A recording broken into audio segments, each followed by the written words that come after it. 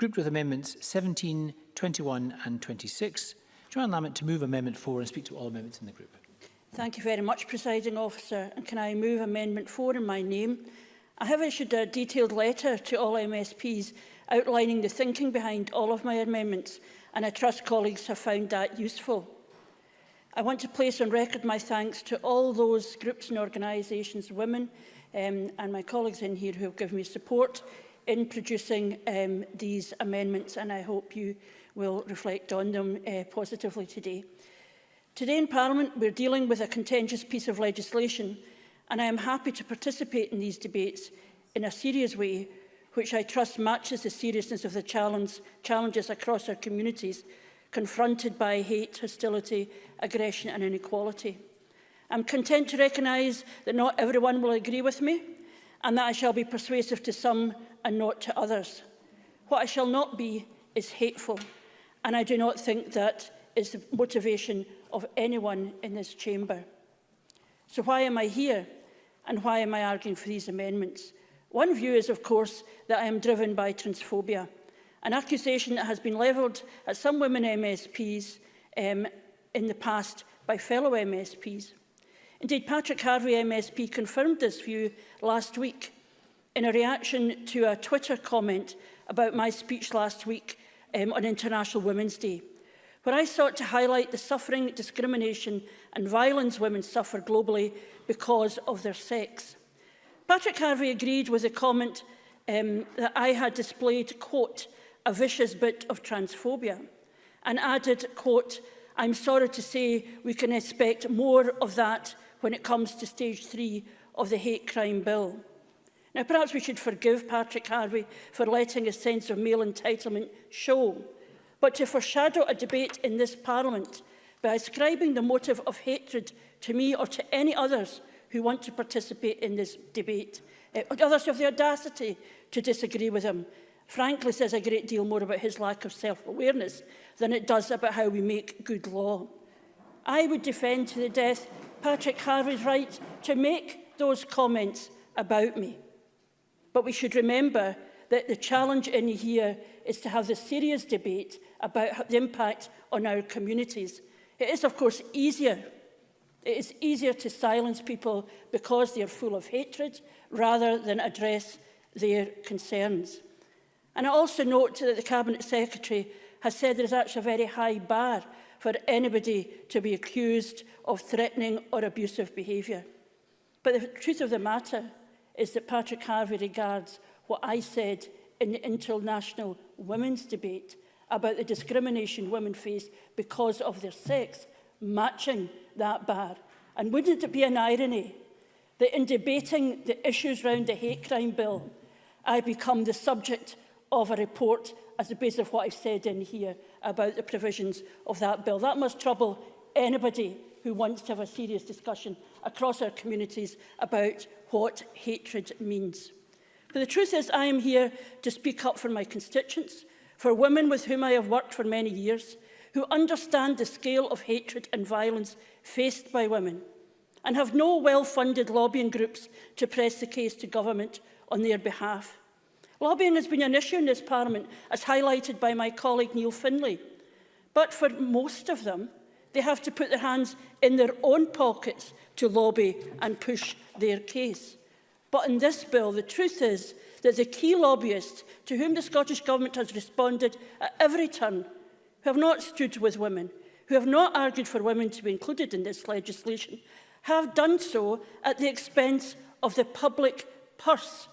They have argued against women being in this legislation without actually speaking to the women who fund their organisation through their taxes. Now, I've been patronised by many over the years. You learn to live with it. But it has been taken to new levels by those organisations who speak of equality and the needs of women, but never think to test their views against the women across our communities. And so to the specifics of my amendments, for which I seek support. I want to include sex as an aggravator and to define sex in itself in the terms of the Equality Act. These are simple proposals. They were supported by Lord Bracadale, who described the omission of sex as a lost opportunity.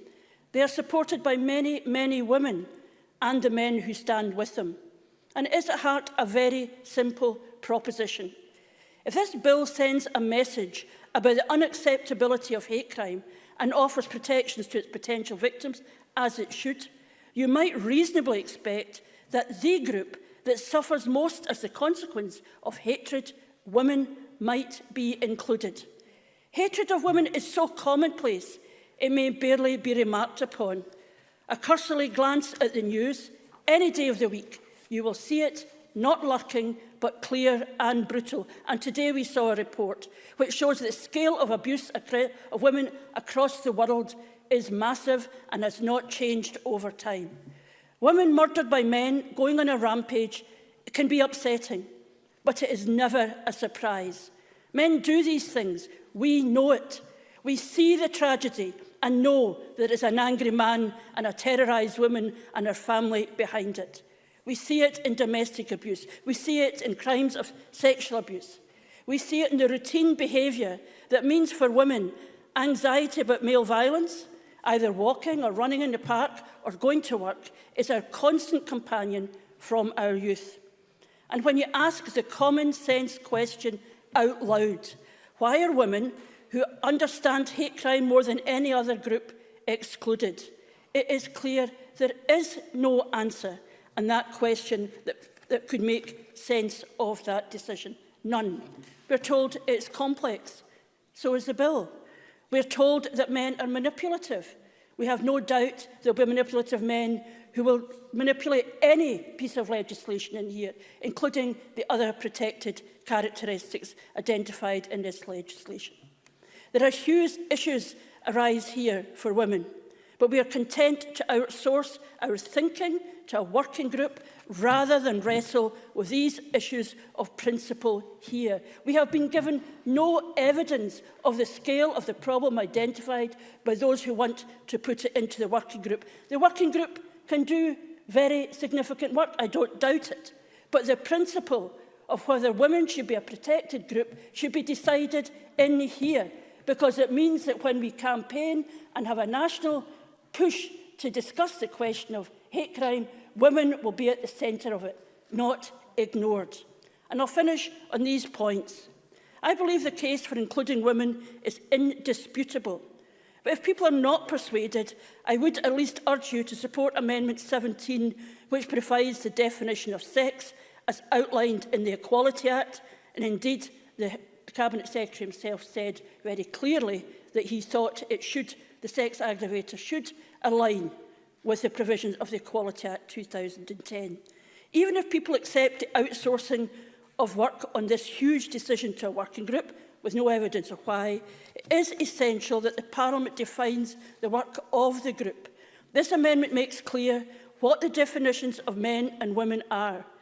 If you think those definitions are wrong or are up for debate, then say so, and we can have that debate here. It should not be for the working group being asked to look at the sex aggravator to come back with a new definition of sex and a new definition of man and women. These are big decisions that should be decided in this place. In conclusion, I trust you will support these amendments in my name so that women who are at the very front line of crime driven by hatred are included. As Tim Hopkins of the Equality Network said, it is important that people can see themselves in the bill. Well, women are people too. They should be seen in this bill. They should be included, and I trust you'll vote for my amendment at the decision time. Thank you. Can I call